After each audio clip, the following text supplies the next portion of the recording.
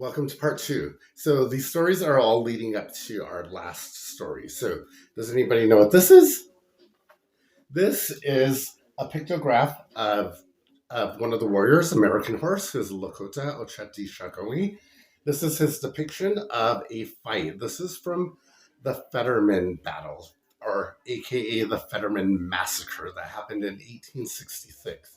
So this whole story is what he recounted in the war. So this is like some Lakota history also, pertaining to like men's art or Lakota art and the winter camp style. So and from there, so what happened? So this was a fort in Wyoming, and this was a war fought between the United States government for breaking treaties because of the Bozeman Trail and like the gold mining and all this stuff. And I think it was February 1866, and so Fetterman had um, a group of soldiers waiting to fight the Lakota. Well, the Lakota leader was Red Cloud, and Crazy Horse was a very young man at this time, and he was very fairly unknown.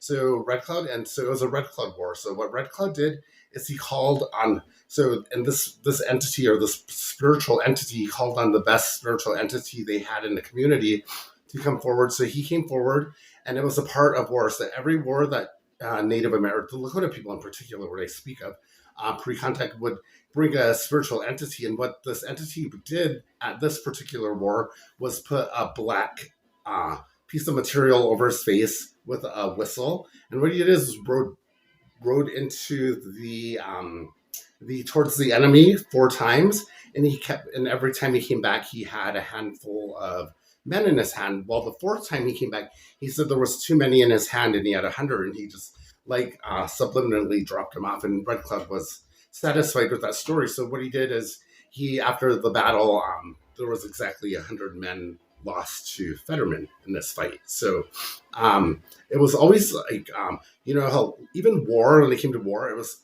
a very spiritual event, and they tied like all the war, the instincts, the art of war that Lakota practice was always a spiritual connection, and there was always spirituality even in war.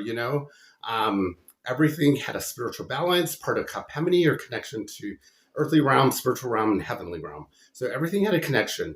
And as a young boy, you're taught the art of war, like mentally and physically.